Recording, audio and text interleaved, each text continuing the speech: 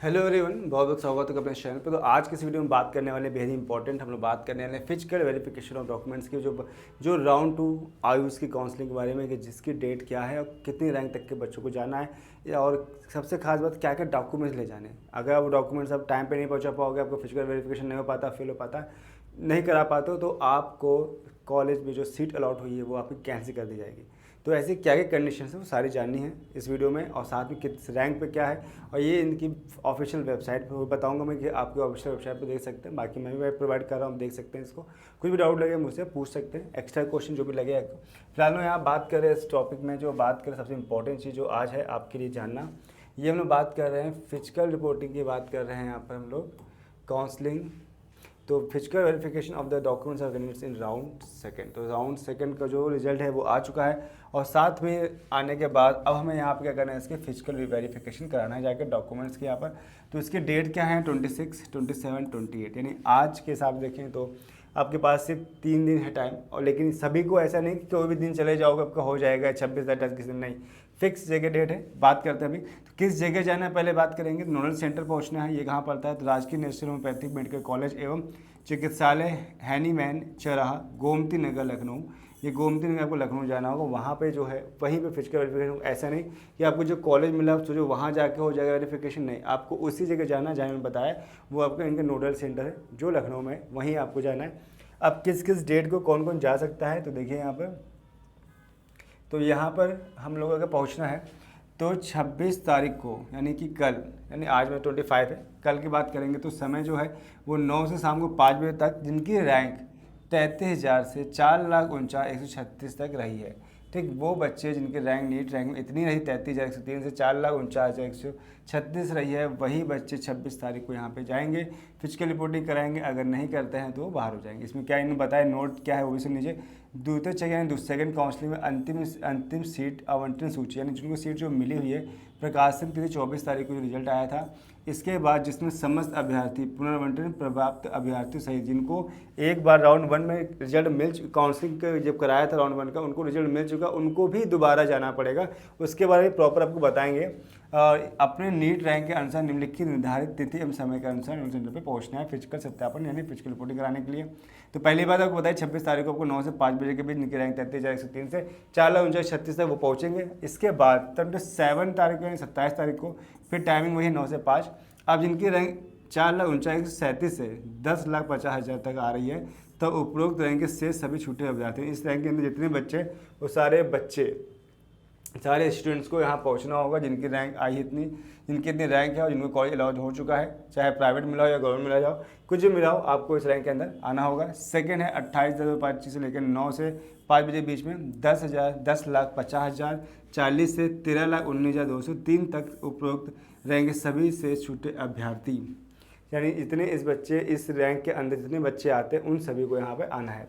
तो प्रथम चक्र की काउंसलिंग प्रक्रिया के भौतिक सत्यापन के उपरांत आवंटित मार्ग में प्रवेश अभ्यर्थियों को यहाँ बताया जा रहा है कि जिन बच्चों को ऑलरेडी पहले राउंड में मिल चुका था और जो सेकंड राउंड में उनको मिल रहा है, दूसरा आयुष कॉलेज मिल जाता है, आवंटित हो जाता है, तो उन अभ्यर्थियों को अपने वर्तमान कॉलेज से पूरा अभिलेख, यानी इसका मतलब क्या है बताता हूँ आपको, समझिएगा ध्यान से। यानी जो राउंड 1 हुआ था, जिनको कॉलेज अलाउड हुआ था आयुष में, जो भी कॉलेज मिल चुका है प्राइवेट या गवर्नमेंट जो भी मिला हो, अब सेकंड राउंड में उन्हें अपग्रेड किया होगा और फिर से उन्हें एक नया कॉलेज मिल चुका है, तो क्या करना होगा उन्हें, यहाँ ध्यान दीजिए कि उन्हें क्या करना होगा, दूसरा आयुष कॉलेज आवंटित होता है तो उन अभ्यर्थियों को अपने वर्तमान कॉलेज से, यानी जो उनको पहले मिला था, से मूल अभिलेख या मूल अभिलेख संबंधी अनापित प्रमाण पत्र, यहाँ आपको प्रमाण पत्र के लिए जाना होगा, सहित नोडल सेंटर राजकीय नेशनल होम्योपैथिक कॉलेज एवं चिकित्सालय हैनीमैन चौराहा, गोमती नगर, लखनऊ में उपस्थित होना अनिवार्य है। यानी जिन्हें फर्स्ट, यानी क्लियर हो गया, फर्स्ट जिनको सेकंड मिला है उन्हें कोई बात नहीं, सीधे ही जाना है नोडल सेंटर पहुँचना। लेकिन जो फर्स्ट राउंड में इनको कॉलेज मिला था और सेकंड में भी उन्हें दूसरा कॉलेज मिल गया, सेम मिला तो नहीं आना है। अगर आपको सेकंड में दूसरा मिला है, डिफरेंट कॉलेज मिला है, तो ही आपको ये काम करना है। अगर फर्स्ट सत्यापन हो चुका है तो कोई ऐसा नीड नहीं है आपको। अगर डिफरेंट कॉलेज मिला है तो आपको यहाँ पे आना है, यहाँ पे जाके सत्यापन कराना पड़ेगा। के उपरांत अभ्यर्थी तो अपना वर्तमान अलॉटमेंट लेटर डाउनलोड कर सकेंगे। जब वहाँ फिजिकल आपकी रिपोर्टिंग हो जाएगी तभी जाके आप वर्तमान जो प्रेजेंट टाइम का आपको अलॉटमेंट लेटर वो अलॉट कर पाओ, अदरवाइज आप डाउनलोड नहीं कर पाओगे। दिनांक 30/10/2025 से शाम 5 तक आवंटित कॉलेज प्रवेश प्रक्रिया पूर्ण करना सुनिश्चित करना। इन बच्चों को 30 तक आना है जो सेकंड राउंड में है, और जो इन्हें पहले कॉलेज मिल चुका है दोबारा कॉलेज मिला उनके लिए बात यहाँ बताई गई थी। बाकी जो हो पहले के बारे में आपको बता चुका हूँ, जिनकी रैंक 33 से लेकर 13,19,203 तक है वो बच्चे यहाँ पर आएंगे। बेकायदा डेट के हिसाब से यहाँ पहुँचना होगा। अब इसमें सबसे खास चीज़ कि क्या क्या इम्पोर्टेंट चीज़ है जो आपको लेके आना है। अब यहाँ पर जो कॉलेज में जब आप एडमिशन ले रहे हो तो आपको जो नोडल सेंटर जाना है तो वहाँ अभ्यर्थियों को कुछ मेन चीज़ें आपको वहाँ पे लेके जानी है। फ़ोटोकॉपी या स्वप्रमाणित कोई फ़ोटोकॉपी, साथ में समय तिथि स्थान पहुँचना होगा, और मेन डॉक्यूमेंट भी आपको ले जाने हैं। तो सबसे पहले क्या है ये देख लेते हैं। तो सबसे पहले यहाँ पर आपका आता है नीट यूजी का प्रवेश पत्र। नीट यूजी ने जो आपने एग्ज़ाम दिया था उसका जो प्रवेश पत्र ये आपको कंपलसरी है, खो गया है तो दिक्कत आएगी। आप कहीं से डाउनलोड कर लीजिए, आप जेरॉक्स करके रखा है, फोटो रखिए तो उसको रख लीजिए संभाल के। आपको ये होना जरूरी है किस तरीके से भी। नीट यूजी 2025 का स्कोर कार्ड जो आपने एग्ज़ाम दिया था उसका जो रिजल्ट आया था वो भी आपको ले जाना कंपलसरी मैंडेटरी है, ये आप छोड़ नहीं सकते हो। सेकंड कह रहा है हाई स्कूल अथवा समकक्ष परीक्षा प्रवेश पत्र यदि उपलब्ध हो, ये इंपॉर्टेंट नहीं है। यानी कि जब आपने क्लास 10th का एग्ज़ाम दिया था उस समय जो आपको प्रवेश पत्र मिला था, अगर है तो ले जाइए, नहीं है तो कोई दिक्कत की बात नहीं है। लेकिन आपको हाई स्कूल की मार्कशीट आपको ले जानी होगी, अंक पत्र और हाई स्कूल के समकक्ष का प्रमाण पत्र। यानी कि अगर तो अंक पत्र प्रमाण पत्र में क्या, अंक पत्र में होता है आपके कितने स्कोर हैं, और प्रमाण पत्र में होता है कि भाई क्या क्या आपके रैंक कितनी बनी, डेट ऑफ बर्थ है उसमें लिखा होता है। इसी तरीके से इंटरमीडिएट में होता है, अगर आपका प्रवेश पत्र है तो ले जाइए, अदरवाइज इंटरमीडिएट के आपको प्रवेश अंक प्रमाण पत्र चाहिए और साथ में आपके प्रमाण पत्र होना चाहिए। साथ ही अब ध्यान देना समान निवास प्रमाण पत्र। अब समान निवास यानी कहाँ के आप रहने वाले हो, ठीक है, यूपी के कॉलेज देख रहे हो कोई दिक्कत नहीं, लेकिन आपके पास निवास प्रमाण पत्र होना चाहिए। मूल निवास प्रमाण पत्र या तो आपके पास पत्र मूल निवास प्रमाण पत्र हो जो उत्तर प्रदेश सरकार द्वारा निर्धारित प्रारूप पर सक्षम प्राधिकारी द्वारा निर्गत किया गया हो यदि लागू हो। ये समझिएगा यहाँ पर, जिन्होंने वैसे नहीं समझा है अभी आपके पास टाइम है। जिनकी रैंक फिलहाल तो अभी एक दिन बचा है, जिन्होंने भी नहीं किया आज ट्राई करेंगे, और कल संडे है तो जिनका भी हो बन गया वॉच नहीं बनवाया तो जल्दी से बनवा लीजिएगा जाके किसी भी हाल में। अगर आपको टाइम मिल रहा है, मौका मिल रहा है, आपको 30 तारीख तक है तो यहाँ पर क्या करना है कि जिनकी, अब यहाँ बहुत ध्यान समझिएगा कि जो यूपी के रहने वाले हैं तो उनका जो फॉर्मेट है, ऐसा नहीं आप किसी भी गए बनवा लिया, इनका एक फॉर्मेट है बाकायदा इनकी वेबसाइट में, उस वेबसाइट में इनको डाउनलोड करेंगे, उसको फिल करेंगे, तब जाके वहाँ पे किसी अधिकारी से प्राधिकारी से उसे प्रमाणित कराएंगे, तब जाके यहाँ पे लगाएंगे। ऐसे डायरेक्टली नहीं लगाना है। ये ध्यान है कि सोचो कि मैंने बनवा लिया चल जाएगा, नज़र नहीं चलेगा आपका, आपको इसके फॉर्मेट पे ही रखना पड़ेगा। अगर फॉर्मेट नहीं रखा है तो आपको दिक्कत आ सकती है, ध्यान रखिएगा इस चीज़ का। अब आगे बढ़ते हैं। अब यहाँ इनकी कुछ इंपॉर्टेंट बातें ध्यान रखने वाली जो आपको ध्यान कर रखना है। राजकीय क्षेत्र के आयुष कार्यों में आरक्षण हेतु, यानी इनको आरक्षण मिल रहा है, रिजर्वेशन मिल रहा है, सक्षम प्राधिकारी द्वारा निर्धारित प्रारूप पर आरक्षण यदि लागू हो तो उन्हें क्या होगा, दावे संबंधित अभिलेख यानी सारे डॉक्यूमेंट्स को रखना होगा आपके पास। जैसे आपको रिजर्वेशन मिल रहा है, आपको कास्ट का मिल रहा है या आपको EWS का मिल रहा है, बस सारे बताऊँ कौन कौन से, तो वो सारे डॉक्यूमेंट्स आपके पास होने चाहिए। तो लिखा है संबंधित अभिलेख, प्रमाण पत्र, अनुसूचित जाति, अनुसूचित जनजाति, अन्य पिछड़ा वर्ग हो गया आपका, आर्थिक रूप से कमज़ोर यानी EWS हो गया, स्वतंत्रता संग्रामी हो गया, ठीक है। इसको तो छोटा कर देता हूँ, शायद आपको ब्लर दिख रहा हो। सेनानी के आश्रित है कोई, भूतपूर्व सैनिक के आश्रित हैं, दिव्यांगता है यानी कि आपके कोई फिजिकल प्रॉब्लम है, ठीक है, संबंधित NCC सर्टिफिकेट, अभ्यर्थी जिस आरक्षित श्रेणी का दावा करे उसे उस संबंधित प्रमाण पत्र सत्यापित कराया जाएगा। यानी जब आपने फॉर्म फिल किया था उस समय आपने बताया होगा कि मैं OBC हूँ, EWS है या फिर SC ST है, किस कैटेगरी में है, या आपका कोई बिलोंग करते हैं किसी फैमिली फ्रीडम फाइटर से बिलोंग, इस चीज़ के डॉक्यूमेंट आपने वहाँ अप्लाई किया था और उसके भी यहाँ पर आपको कॉलेज मिला हुआ है, वो उस चीज़ का यूज़ हुआ है, तो आपको ध्यान रखना है कि वो कॉलेज आपको वो डॉक्यूमेंट लेगा। नोडल सेंटर में आपके पास वो डॉक्यूमेंट्स होने चाहिए, तो सारे डॉक्यूमेंट्स आपको यहाँ पे कंपलसरी हैं। तो आरक्षण संबंधित सभी प्रमाण पत्र, दिव्यांगता NCC प्रमाण पत्र को छोड़कर, ये नहीं है तो कोई दिक्कत नहीं गई। NCC सब लोग नहीं करते, डजंट मैटर, और दिव्यांगता का भी ऑप्शन चल जाएगा, लेकिन बाकी सारे डॉक्यूमेंट्स होना कंपलसरी का। उत्तर प्रदेश राज्य सरकार द्वारा प्रदत्त प्रारूप यानी कि जो इनका फॉर्मेट है, जो मैंने बताया अभी पिछले जस्ट बात कुछ सेकंड पहले कि इनका जो फॉर्मेट है ऑनलाइन की वेबसाइट पर पड़ा हुआ फॉर्मेट, उसी फॉर्मेट से करेंगे तो ठीक है। अदरवाइज अगर हम सोचे दूसरा फॉर्मेट कर लेंगे तो हो सकता है आपको बहुत ज़्यादा दिक्कत आ जाए, तो ध्यान रखिएगा फॉर्मेट इन्हीं का ही होना चाहिए आपके पास। अन्य प्रदेशों से जारी आरक्षण संबंधी प्रमाण पत्रों पर आरक्षण का लाभ दे नहीं होगा। जो अदर स्टेट के उनको कोई फायदा नहीं मिलेगा। स्टेट को उतनी सीट हेतु भारत सरकार के संयोजन हेतु निर्गत प्रमाण पत्र मान्य नहीं होंगे। यानी जो भी आपका फॉर्मेट है वो सब यूपी स्टेट के लिए होगा, अदर स्टेट वाले के लिए नहीं होगा, क्योंकि उस हिसाब से बताया भी। और साथ में अगर सोचो केंद्र सरकार का, जैसे मैंने सोचा मैंने अपना सर्टिफिकेट बनवा लिया, कास्ट सर्टिफिकेट केंद्र सरकार बनवाया हुआ है, तो केंद्र सरकार वाला यहाँ पे नहीं लगेगा। साफ साफ बता रहा है सबको, जो भी कोई रिजर्वेशन चाहिए वो स्टेट लेवल का ही होना चाहिए, केंद्र सरकार का मान्य नहीं होगा, दिक्कत आएगी। तो ये चीज़ ध्यान रखिएगा, इसको माइंड में रखिएगा। और आज ही से तैयारी स्टार्ट कर, इनको मौका मिल रहा है फटाफट बनवा लीजिए, नहीं बनवाया तो। और अभी नहीं इनके पास बने हैं, आई होप ज़्यादा लोग बनवा रखे हैं, कुछ भी ऐसे होंगे इनको अब तक नहीं बनवाए होंगे, तो भैया बनवा लीजिए। जिन्होंने बनवा ली हैं वो सारी चीज़ें एक साथ रख लीजिए और फटाफट तैयारी कीजिए, मुझे वहाँ पहुँचना है लखनऊ। अब नेक्स्ट पॉइंट पे आते हैं।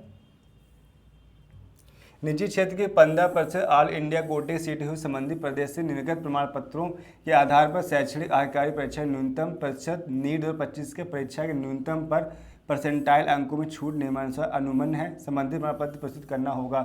यानी जो भी निजी क्षेत्र के इतने कॉलेज हैं उनमें से 15% यानी ऑल इंडिया कोटे, यानी कि इनमें से 15% सीटें होती है जो अदर स्टेट के लिए, बाकी स्टेट लेवल की है। तो वहाँ पे कह रहा है कि 15 सीट्स के लिए अगर आप यहाँ पे आते हो तो आपको क्या करना पड़ेगा, डॉक्यूमेंट्स यहाँ पे प्रोवाइड करने पड़ेंगे। अन्य पिछड़ा वर्ग हो गया, आर्थिक रूप से कमजोर हो गया, ईडब्ल्यूएस हो गया, प्रमाण पत्र जो सक्षम अधिकारी द्वारा निर्धारित प्रारूप पर निर्गत हो तथा दिनांक 1/4 यानी 1 अप्रैल 2025 के बाद से आपको बनवाए होंगे वही लगेंगे। उससे पहले से 2024, 23, 22 बनवा रखा वो नहीं लगेगा, आपको इसी साल का ही रखना होता, उसके बाद का जारी किया गया मान्य नहीं होगा। एक पासपोर्ट साइज फोटोग्राफ जो उसी नेगेटिव से बना हो जिसे अभ्यर्थी नीट यूजी 2025 के एग्जाम में दिया है। यानी आप सोचो कोई भी हम फोटो लगा देंगे तो नहीं भैया, जो आपने एग्जाम दिया था नीट के टाइम में जो फॉर्म फिलिंग लगाया तो वही फ़ोटो से आपको ले जानी है, अदरवाइज दिक्कत आ सकती है।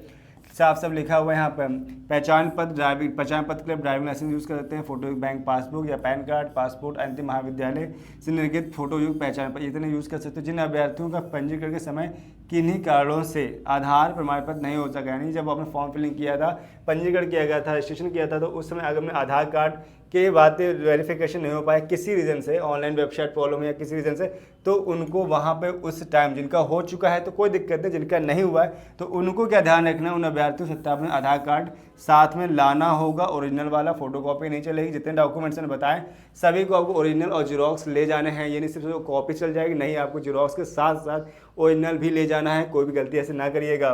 काउंसलिंग है तो ऑनलाइन पंजीकरण शुल्क भुगतानों के स्पष्ट प्रिंट आउट, तो जितना आपने रजिस्ट्रेशन किया था उस समय वो पंजीकरण जो आपने किया था वो, और जो पेमेंट जितनी आपने की है उन सभी का स्पष्ट प्रिंट आउट होना जरूरी है, कोई भी ऐसा ना हो जो मिसिंग हो। तो ये सारी बातें जो मैंने बताई बेहद ही इंपॉर्टेंट थी। अब एक और बात इंपॉर्टेंट जान लेते हैं, जो अब सेकेंड राउंड में जो सेकेंड कॉलेज मिला हो, यानी कि जिन्होंने फर्स्ट राउंड में कॉलेज मिला था और सेकेंड राउंड में एक दूसरा कॉलेज मिल चुका है, जिन्हें सेम मिला है उनको फ़र्क नहीं पड़ता, वो अपने कॉलेज में जाए एडमिशन में, कोई दिक्कत नहीं। जिनको सेकंड राउंड में फिर से एक नया कॉलेज मिल गया, यानी पहले जो मिला था वो नहीं, अब नया कॉलेज मिला है, उनके रूल्स क्या है जान लेते हैं। तो उनका रूल्स भी काफ़ी इंपॉर्टेंट है, देखिए कि इनके साफ साफ आयुष इंपॉर्टेंट नोटिस यहाँ बताई गई है, तो इस नोटिस को जान लेते हैं यहाँ पर। यूपी आयुष यूजी काउंसलिंग 25 के द्वितीय चक्र में पुनर्वंटन समेत, यानी पुनर्वंटन मतलब जिनको दोबारा फिर से कॉलेज मिला है उनके इंपॉर्टेंट जो है नोटिस है। ऐसे अभ्यर्थी जो प्रथम चक्र की काउंसलिंग प्रक्रिया दिनांक 26/9 से 7/10/2025 तक नोडल सेंटर राजकीय नर्सिंग होम्योपैथिक मेडिकल कॉलेज और अस्पताल गोमती नगर लखनऊ में अपने अभिलेखों में भौतिक सत्यापन उपरांत आवंटित महाविद्यालय प्रवेश ले चुके हैं, ठीक है। उन अभ्यर्थियों को पुनर्वंटन के दोबारा जिन्हें मिला है, पुनर्वंटन के पश्चात यदि कोई दूसरा आयुष कॉलेज पुनर्वंटन होकर आवंटित होता है, यानी कि जो आपको पहले मिला था वो नहीं अब दूसरा मिल जाता है, तो उन अभ्यर्थियों को अपने वर्तमान कॉलेज से, यानी जो पहले आपको कॉलेज मिला था वहाँ पे जाकर मूल अभिलेख या मूल अभिलेख संबंधी जितने प्रमाण पत्र होते हैं सभी को वहाँ से लेके आना होगा। वेबसाइट पर जैसे समय सारणी में दी गई, यानी वहाँ से लेके आना होगा। और जो समय सारणी आपको मैंने बताई अभी, ठीक है, 26, 27, 28 के बीच में आपको आना है, वहाँ पहुँचना है कॉलेज के अनुसार नियत तिथि के समय अनुसार भौतिक सत्यापन हेतु यानी जिन्होंने, फिर से मैं बता दूं शॉर्ट में कि जिन्होंने कराया था उनको दोबारा फिर से कराना पड़ेगा, ये ध्यान रखिएगा। कहाँ पहुँचना है, लोकेशन मैंने बता दी, फिर से बताता हूँ, राजकीय नेशनल होम्योपैथिक मेडिकल कॉलेज एवं चिकित्सालय, हैनी मैन चौराहा गोमती नगर लखनऊ में उपस्थित होना होगा।